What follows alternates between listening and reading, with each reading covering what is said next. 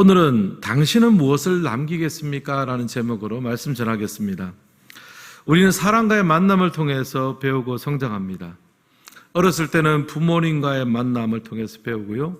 학생 때는 선생님과의 만남을 통해서 배웁니다. 따지고 보면 모든 사람, 모든 만남을 통해서 우리가 깨닫기도 하고 배우기도 하고 또 상처를 입기도 하고 성숙해져 가면서 이런 의미에서 보면 우리 모두는요, 서로가 서로에게 배우는 사람이 되고 또 가르치는 사람이 되기도 합니다.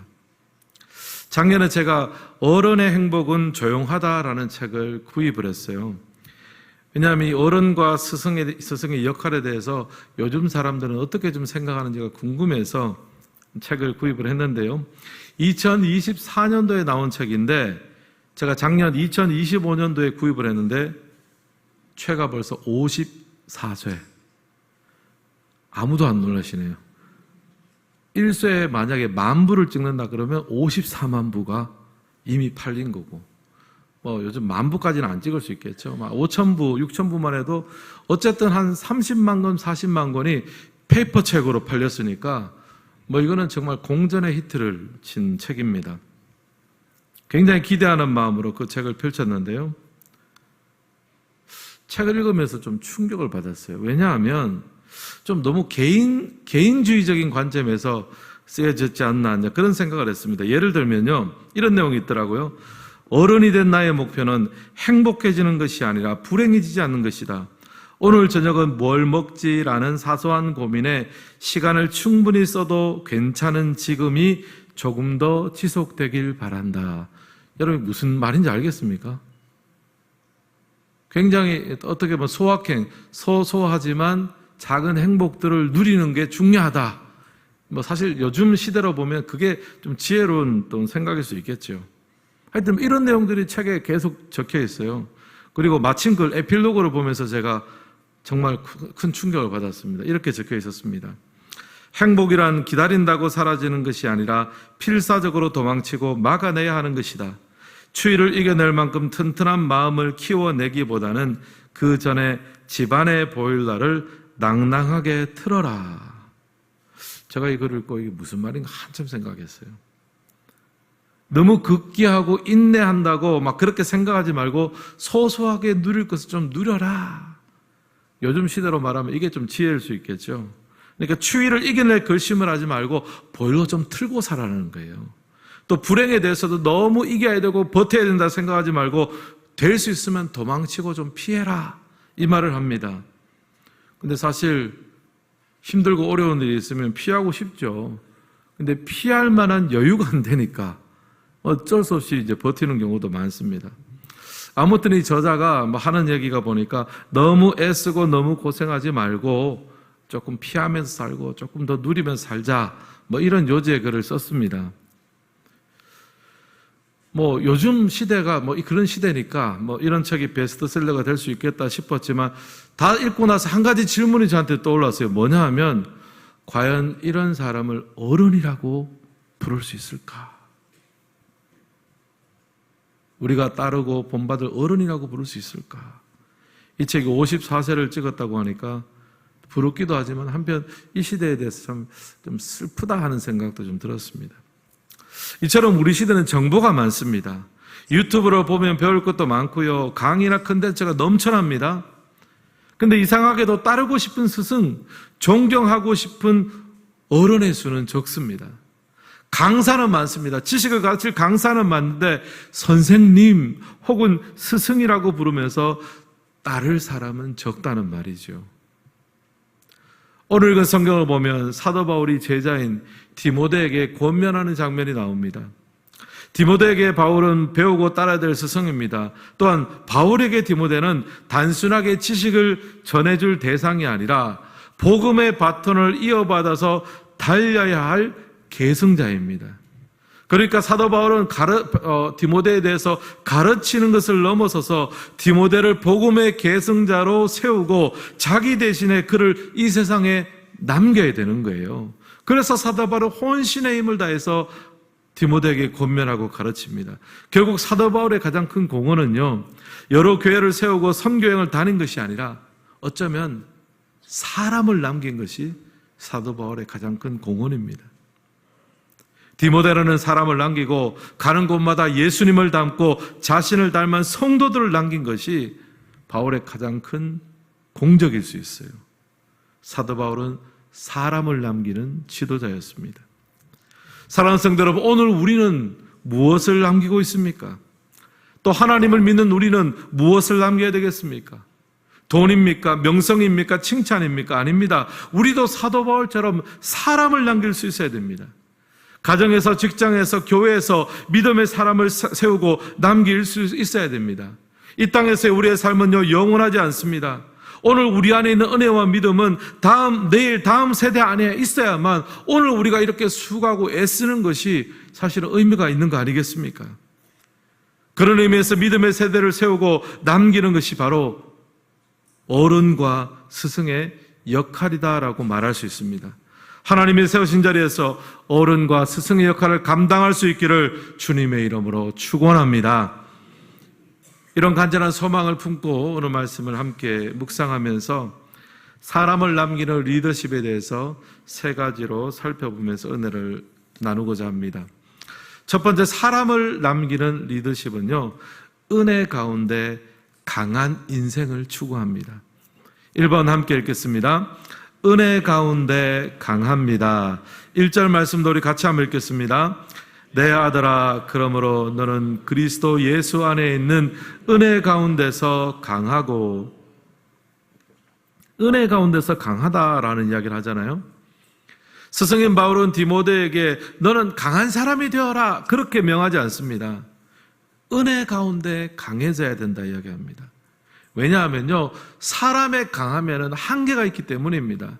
아무리 힘이 세고 강한 사람도요, 자기 힘만으로는 끝까지 달려갈 수 없습니다. 언젠가는 한계가 오고요, 언젠가는 실수하고요, 언젠가는 넘어지게 되어 있습니다. 결국 인간의 강함은요, 진짜 강함은요, 내가 지금 강한 것에서 나오지 않아요. 그러면 무엇에서 진짜 강함이 나옵니까? 은혜 안에서 강할 수 있다는 거예요. 은혜가 있는 사람은요, 넘어져도 다시 일어설 수 있습니다.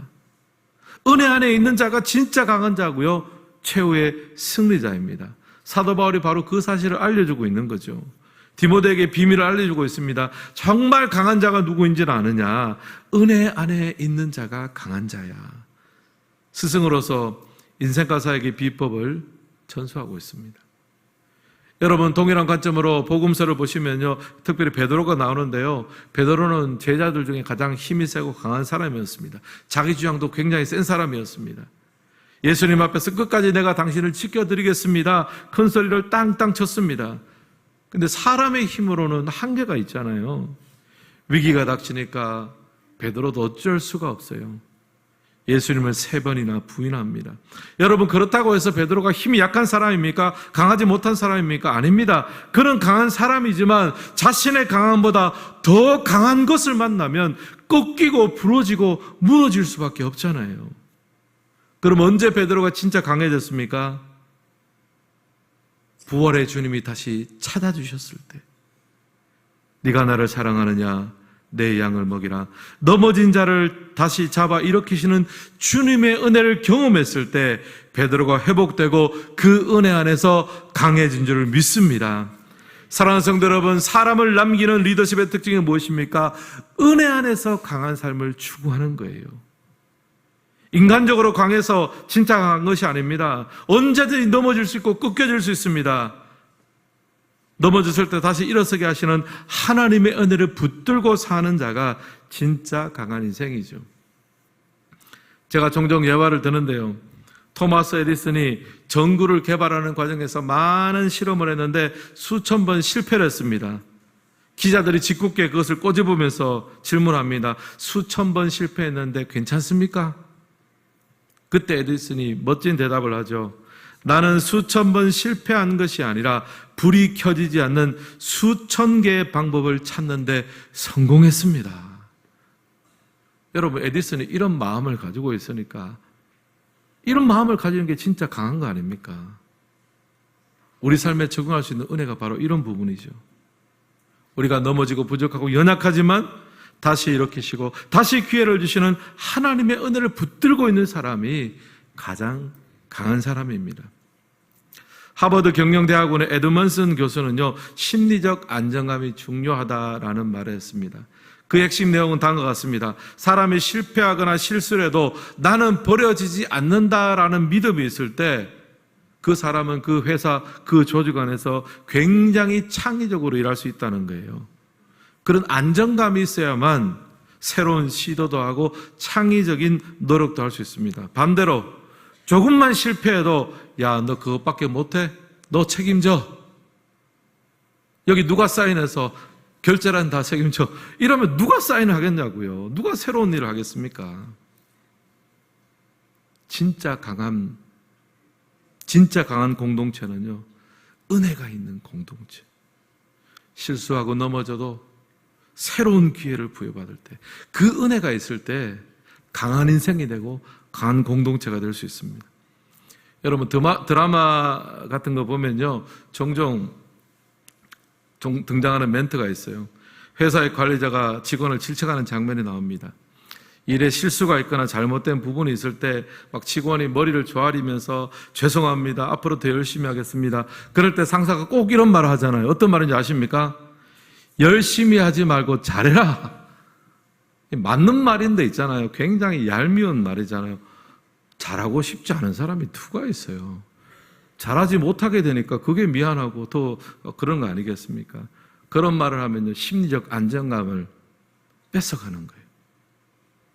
기회를 주고 잘할 수 있도록 구체적인 방법을 제시하고 격려하고 그렇게 하면서 사람의 일도 배우고 가는 거 아니겠습니까? 그런 은혜, 그런 심리적 안정감을 주는 게 중요하죠. 여러분, 교회에서도 저는 마찬가지로 생각합니다. 우리가 교회에서 봉사하시는 분들은 다 봉사자, 발런티어잖아요. 여러분, 우리 성가대 같은 경우에 열심히 찬양하다가 저 많은 인원이 그 중에서 음을 하나 틀리는 사람이 있겠습니까? 없겠습니까? 없습니다, 여러분. 근데 만약에 음을 하나 틀리는데 또 우리 개 중에는 정말 귀가 밝은 분이 있어가지고 와, 음을 하나 틀린 거 딱 발견했어요. 여러분, 그러면 어떻게 해야 되겠습니까? 아, 왜 음을 틀렸냐? 왜 연습 안 했냐? 이러지 마시고 저 작은 소리, 저 틀린 음을 발견할 수 있는 청력을 주신 하나님 감사합니다. 감사하셔야 되는 거죠. 또 우리 방송실에서 자막을 만들다가 또 때로는 조금 늦게 나올 수도 있고 조금 틀리게 나올 수도 있잖아요. 그러면 막 화내면서 지적하는 것이 아니라 야, 방송실에 이렇게 봉사자가 부족하구나. 내가 가서 봉사해야 되겠다. 여러분, 이렇게 마음을 잡수셔야 돼요. 또 이제 날씨가 더워집니다. 계속 더워지면 본당 안에 에어컨도 틀겠지요. 근데 에어컨을 틀면 이제 두 가지 반응이 나오더라고요. 항상 똑같아요. 어떤 분은 목사님 추워 죽겠습니다. 좀 꺼주세요. 좀 낮춰주세요. 동일한 시간에 다른 분이 옵니다. 목사님 더워 죽겠어요.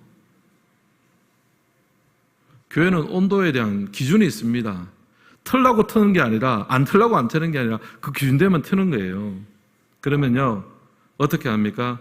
더우신 분은 좀 시원한 데로 반팔 입든지 조금 시원한 데로 옮기시고, 추우신 분요 조금 더 더운 자리로 옮겨가시고, 아니면 가디건 같은 거 하나 딱 걸치면 되겠죠.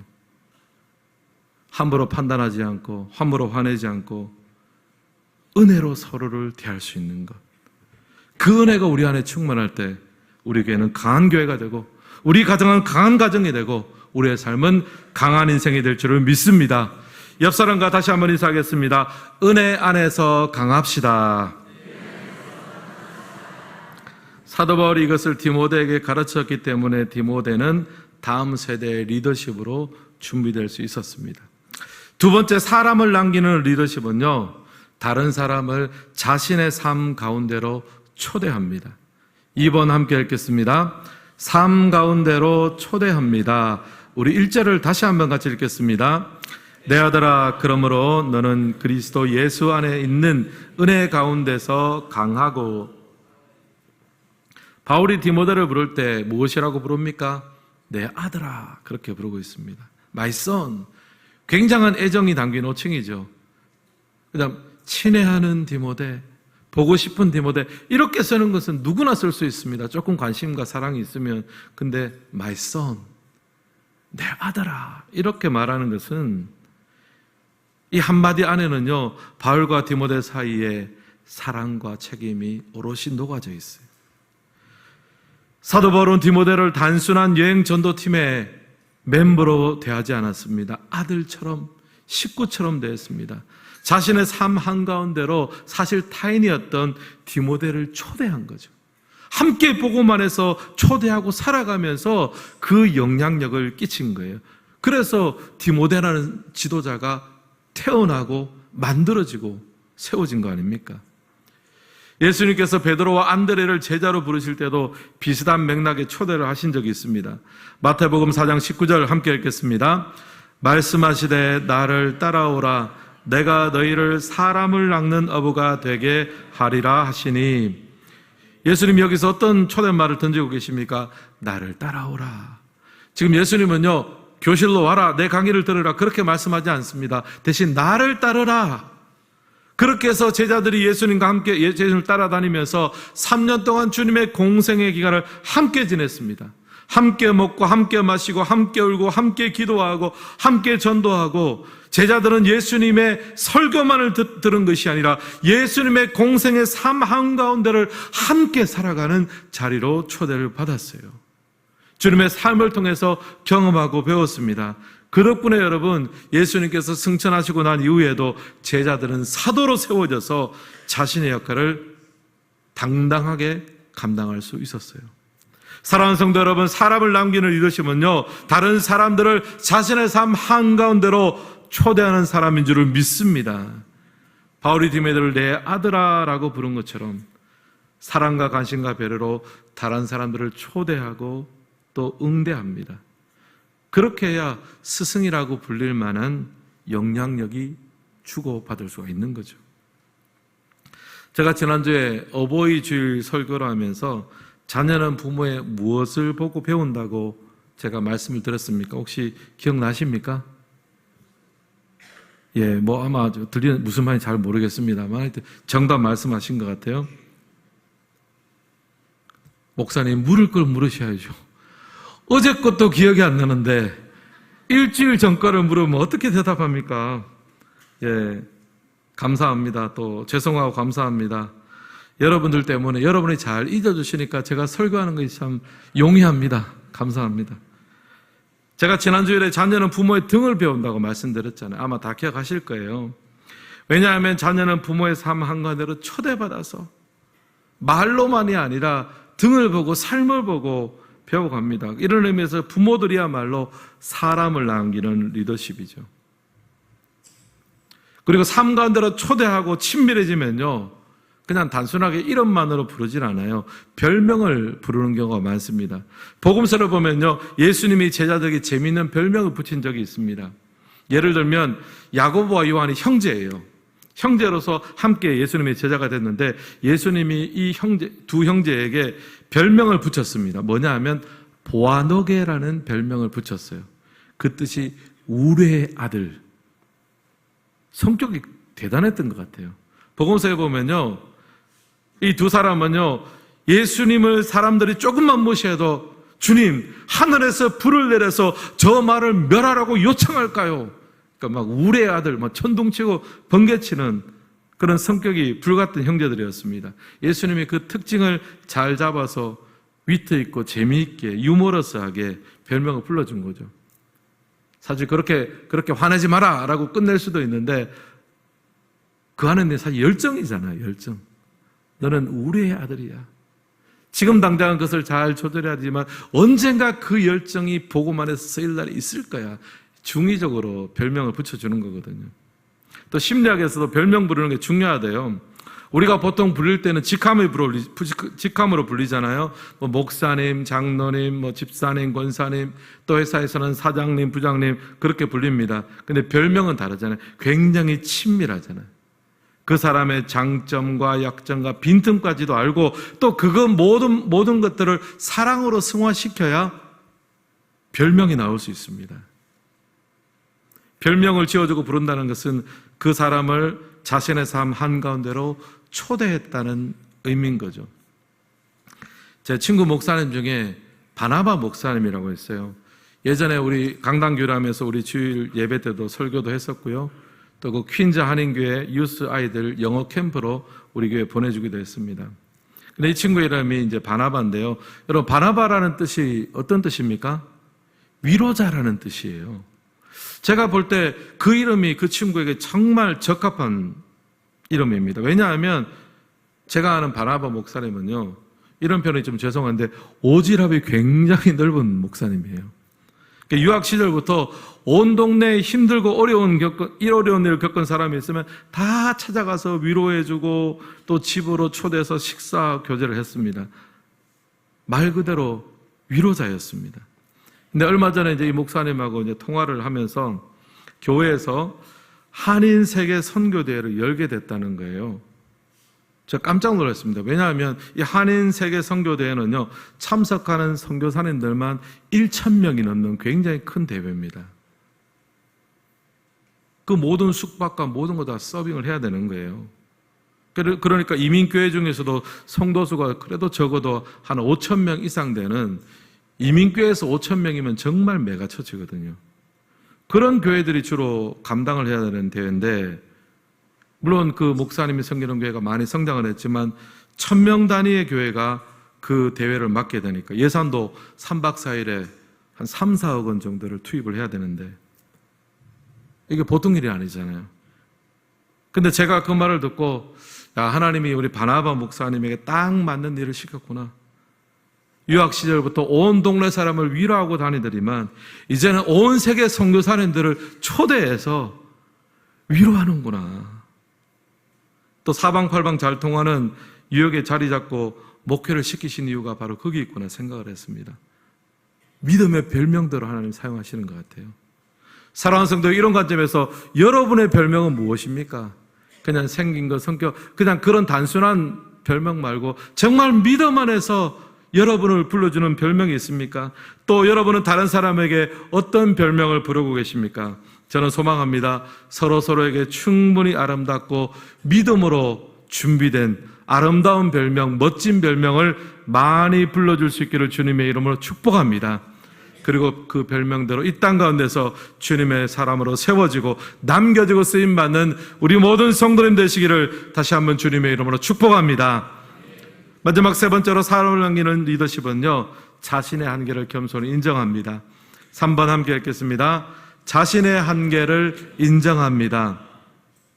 앞서 사람을 남기는 리더십에 대해서 두 가지 말씀드렸죠. 첫째는 사람을 남기는 리더십은요, 은혜 가운데서 강한 것을 강조합니다. 세상은 강해야 강하다고 이야기합니다. 근데 진짜 강함은 은혜 안에 있을 때 강한 거예요. 넘어져도 다시 일어서게 하시는 주님의 은혜, 그 은혜를 붙드는 사람이 진짜 강한 인생입니다. 그리고 그 사실을 알려주는 사람이 진짜 스승인 거죠. 그냥 강해져야 된다고 말하면 강사입니다. 근데 은혜 안에서 강하다, 그것을 보여주고 용납하고 다시 기회를 주는 사람, 바로 그 사람이 진짜 스승인 거죠. 둘째, 사람을 남기는 리더십은요, 상대방을 자신의 삶 한가운데로 초대합니다. 마치 사도 바울이 디모데에게 내 아들아라고 불렀던 것처럼 별명으로 부를 만큼 사랑과 신뢰관계로 묶여집니다. 그 튼튼한 관계 속에서 한 사람을 성도로 탄생시키고 만들어가고 세워가는 거죠. 마지막으로 사람을 남기는 리더십은요, 자신의 한계를 언제나 겸손히 인정합니다. 2절 함께 읽겠습니다. 내가 또 많은 증인 앞에서 내게 들은 바를 충성된 사람들에게 부탁하라. 그들이 또 다른 사람들을 가르칠 수 있으리라. 바울이 지금 여기서 이야기합니다. 내게 들은 바를 충성된 사람들에게 부탁하라. 사실 바울은 지금 죽음을 앞두고 있습니다. 디모데후서는 사도 바울의 인생 가운데 가장 말년에 쓰여진 서신입니다. 근데 바울은 여기서 디모데에게 끝까지 나를 위해 충성하라, 끝까지 내 일을 도우라 라고 말하지 않습니다. 나는 여기까지 되었고 이제는 내가 전한 그 복음을 너도 가질 뿐 아니라 주변에 있는 충성된 사람에게 부탁해라. 모든 것을 자기가 다 한다, 그런 생각을 안 가진 거죠. 여러분, 미숙한 사람은요, 자신이 영원할 거라 생각합니다. 자기가 없으면 안 된다고 생각합니다. 사람을 자기 옆에 묶어두려고 합니다. 그러나 성숙한 사람은 압니다. 자신의 역할과 한계를 아는 사람이에요. 그래서 사람을 내 곁에 묶어두지 않습니다. 시간이 지나면요, 능력은 점점 커집니다. 하지만 그 능력을 가지고 자신의 성을 쌓는 데 사용하지 않고 다음 세대를 준비하는 데 많은 에너지를 부여하고 사용하는 거예요. 이것이 바로 진정한 스승, 진정한 어른의 모습입니다. 구약 성경에 보면요, 모세가 여호수아를 세워주는 장면이 나오잖아요. 굉장히 감동적인 장면입니다. 사실 모세는요, 이스라엘 역사상 가장 위대한 지도자였습니다. 하지만 하나님은 모세가 가나안에 들어가는 것을 허락지 않으셨어요. 그리고 모세는 그 뜻을 겸허하게 순종했습니다. 나 아니면 안 된다, 그런 생각을 버린 거죠. 자신을 통해 역사하셨던 하나님께서 여호수아를 통해서도 얼마나 역사할 걸 미뤘습니다. 인간 여호수아는 부족하고 경륜이 적었지만 하나님이 함께하는 여호수아는 부족함이 없을 것을 믿었습니다. 자신의 한계를 인정을 하고 하나님 여기까지라고 하면 여기까지니까 기꺼이 축복하면서 여호수아를 세웠습니다. 사람을 남기는 리더십이죠. 사랑하는 성도 여러분, 사람을 남기는 리더십은요, 자신의 한계를 인정합니다. 특별히 하나님이 그어주신 한계를 수용하는 사람이에요. 그리고 자신의 삶에 있는 에너지를 자신에게만 집중하지 않고 오히려 내 주위에 있는 충성된 사람들을 발굴하고 세워주는데 그 에너지를 사용합니다. 여러분 아마 이름을 들으면 다 알만한 기독교 단체가 있어요. 가정사역에 있어서 한국교회에 많은 기여를 했습니다. 제가 신도원 다닐 때 그 대표가 한 강의를 듣고 제가 굉장히 놀랐습니다. 야, 우리 한국에 이렇게 가정사역에 대해서 해박하게 대안을 제시하는 강사가 있었구나. 근데 그분이 또 좋은 어떤 가정사역 단체를 세웠습니다. 그런데 벌써 한 30년이 다 돼 가잖아요. 최근에 제가 여러 가지 기사도 좀 접하다가 보니까 그 단체가 30년 전에는 정말 한국의 가정사역을 대표하고 이끌어가는 단체였는데 30년이 지나니까요, 문 닫기 일보 직전인 거예요. 제가 깜짝 놀랐습니다. 왜 그런가 싶어서 한번 살펴보니까요, 사람을 안 키우는 거예요. 30년 전에 메인 강사가 지금도 메인 강사예요. 그분을 제가 편애하거나 그런 마음이 아닙니다. 폄하하거나 그런 의미가 아닙니다. 30년 전에 그렇게 날고 뛰었던 분이 강의를 할 때 너무 좋았는데 30휴가 지났는데 그분의 힘이 빠지니까 단체의 힘도 빠지고, 제가 기억하기로는요, 그 단체에 들어가서 배우고 싶었던 목사님도 굉장히 많았거든요. 들어가서 배우고 수고하고 헌신할 분들도 꽤 있습니다. 근데 그 당시에도 제가 기억이 나요. 이상하게 강사로 안 세워주더라고요. 강사는 항상 대표만. 그러면 사람들이 배우는 것도 적고 하니까 떠나지요. 여러분 생각해 보십시오. 창시자를 넘어서는 인물이 배출되지 못하면 그 조직이나 단체는요, 서서히 무너질 일만 남은 거 아니겠습니까? 사람은 영원히 살지 못합니다. 그런 의미에서 자신의 한계를 인정하는 것은 큰 축복입니다. 저도 담임 목사로서 다짐해 봅니다. 나의 한계를 인정하면서 담임 목사인 내가 유명해지는 교회가 아니라 성도 한 사람 한 사람이 주님 안에서 행복하고 자신의 사명을 감당하는 교회가 되게 하여 주옵소서. 나의 개인적인 목회의 비전을 위해서 성도들이 희생하고 헌신하는 것이 아니라 성도들 각자가 자신의 자리에서 하나님을 찬양하고 감사하는 삶을 사는 그런 교회, 또 그런 교회를 섬기는 목사가 되게 하여 주옵소서. 저도 개인적으로 목회를 하면서 행복한 목회를 하기를 원합니다. 그리고 제가 목회하는 이 청복교회에 출석하고 신앙생활을 하는 여러분들이 저보다는 조금 더 행복한 삶을 살기를 원해요. 내 자신 한계를 내려놓고 하나님 세워진 여러분들이, 충성된 여러분들이 하나님 앞에 더 세워지는 것을 바라는 것, 이것이 바로 지도자들이 가져야 될 생각으로 저는 믿습니다.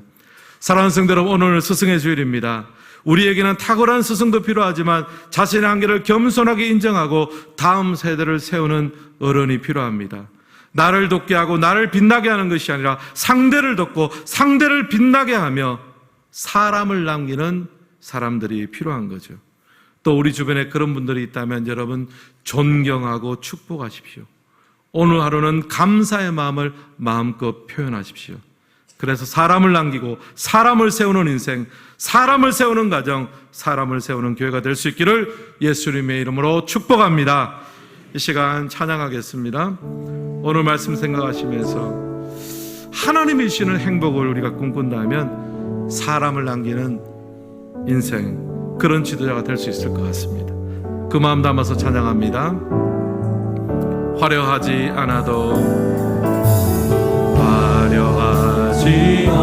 정결하게 사는 삶, 가진 것이 적어도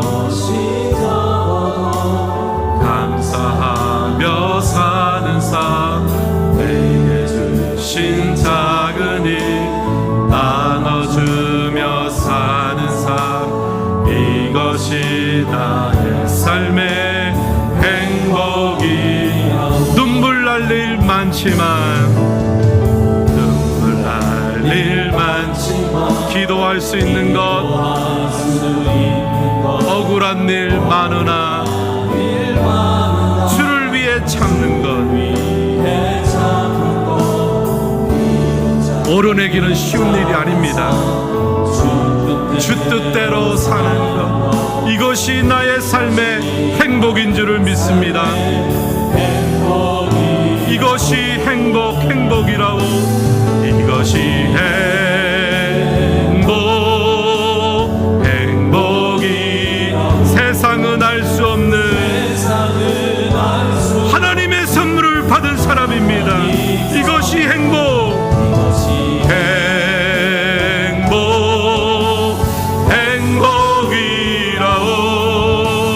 하나님의 자녀로 살아가는 것, 이것이 행복. 우리 1절 다시 한번 찬양합니다. 화려하지 않아도 정결하게 사는 삶, 가진 것이 적어도.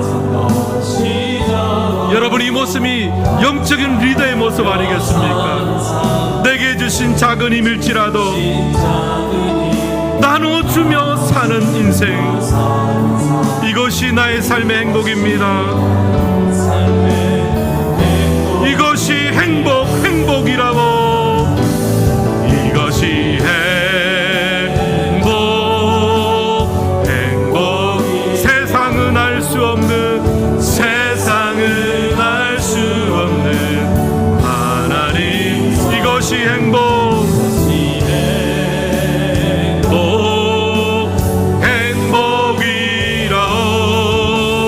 하나님의 자녀로 살아가는 것, 이것이 행복이라고.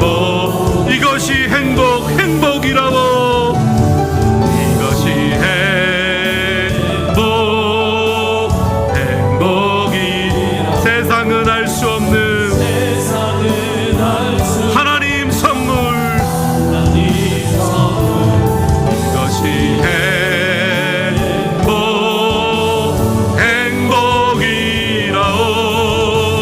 하나님의 자녀로 살아가는 것, 이것이, 우리 마지막으로 찬양합니다. 이것이 행복이라고.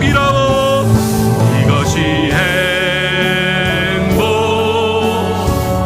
행복이 세상은 알 수 없는 행복, 하나님 선물을 가진 자입니다.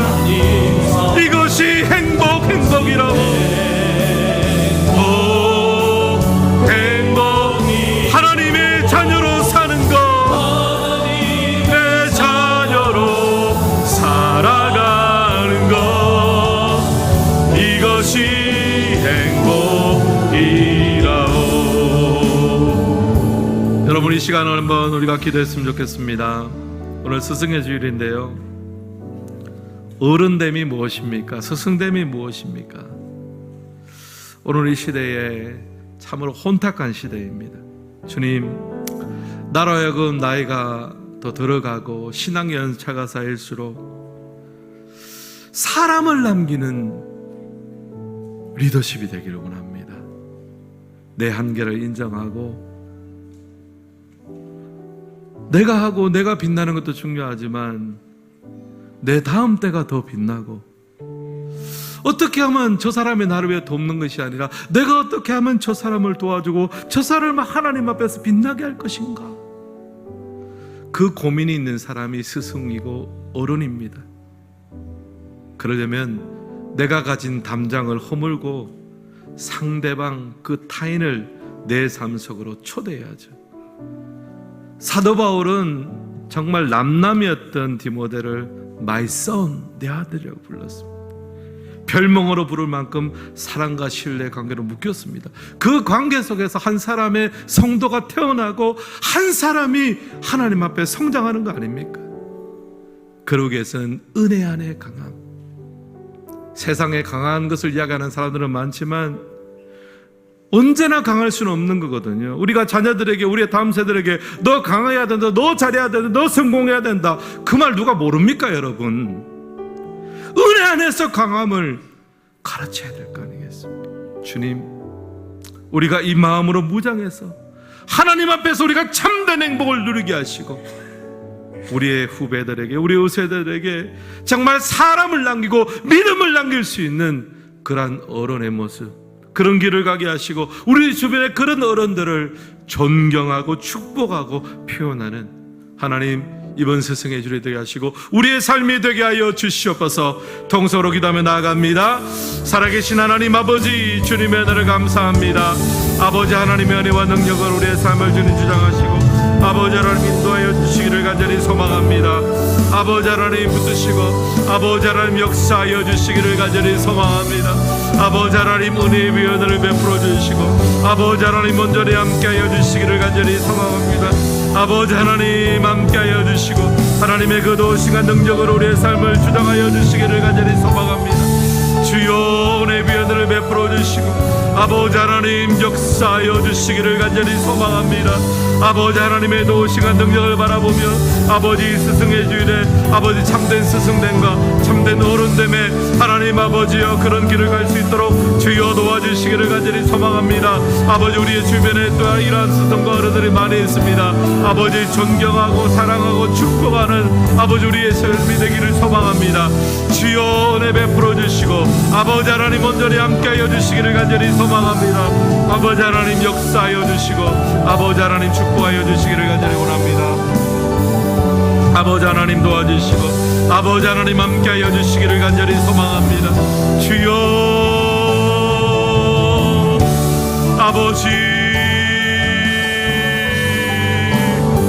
아버지 하나님 우리를 긍휼히 여겨주시고 아버지 시대 어른과 스승의 빈자리를 아버지 우리가 채울 수 있기를 소망합니다.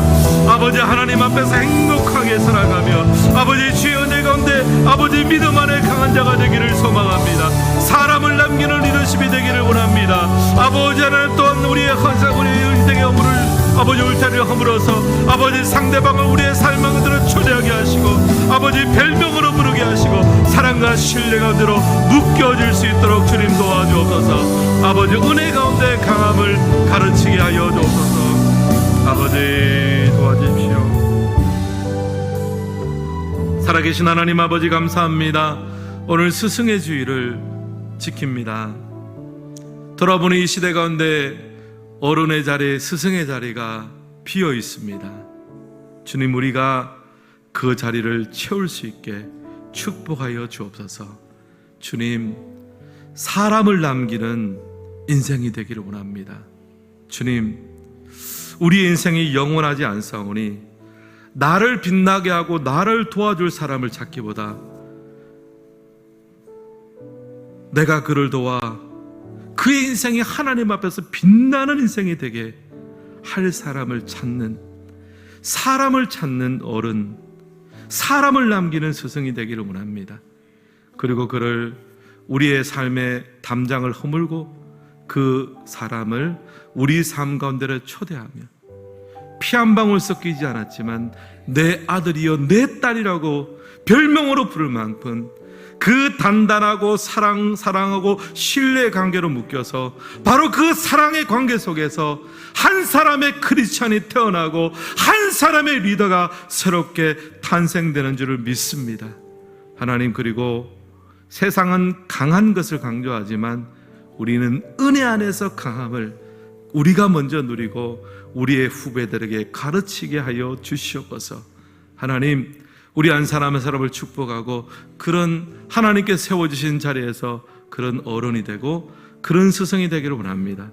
또 우리 교회와 우리 주변에 그런 많은 존경받을 만한 우리 어르신들이 많이 있습니다. 오늘 하루 그분들을 존경하고 축복하며 감사를 표현하는 복된 스승의 주일이 되게 하여 주시옵소서. 이제는 우리 주 예수 그리스도의 은혜와 하나님 아버지의 다함없는 사랑과 성령님의 교통하심이 사람을 남기는 리더로서 살아가기를 소망하는 우리 모든 성도님들 가운데, 그 가정과 하는 일 위에 우리 교회 가운데, 땅끝에서 복음을 증거하며 수고하시는 선교사님들의 사역 위에, 나라를 지키기 위해서 수고하는 믿음의 청년들 위에, 이 나라의 민족 위에 이제로부터 영원토록 함께 있을지어다. 아멘.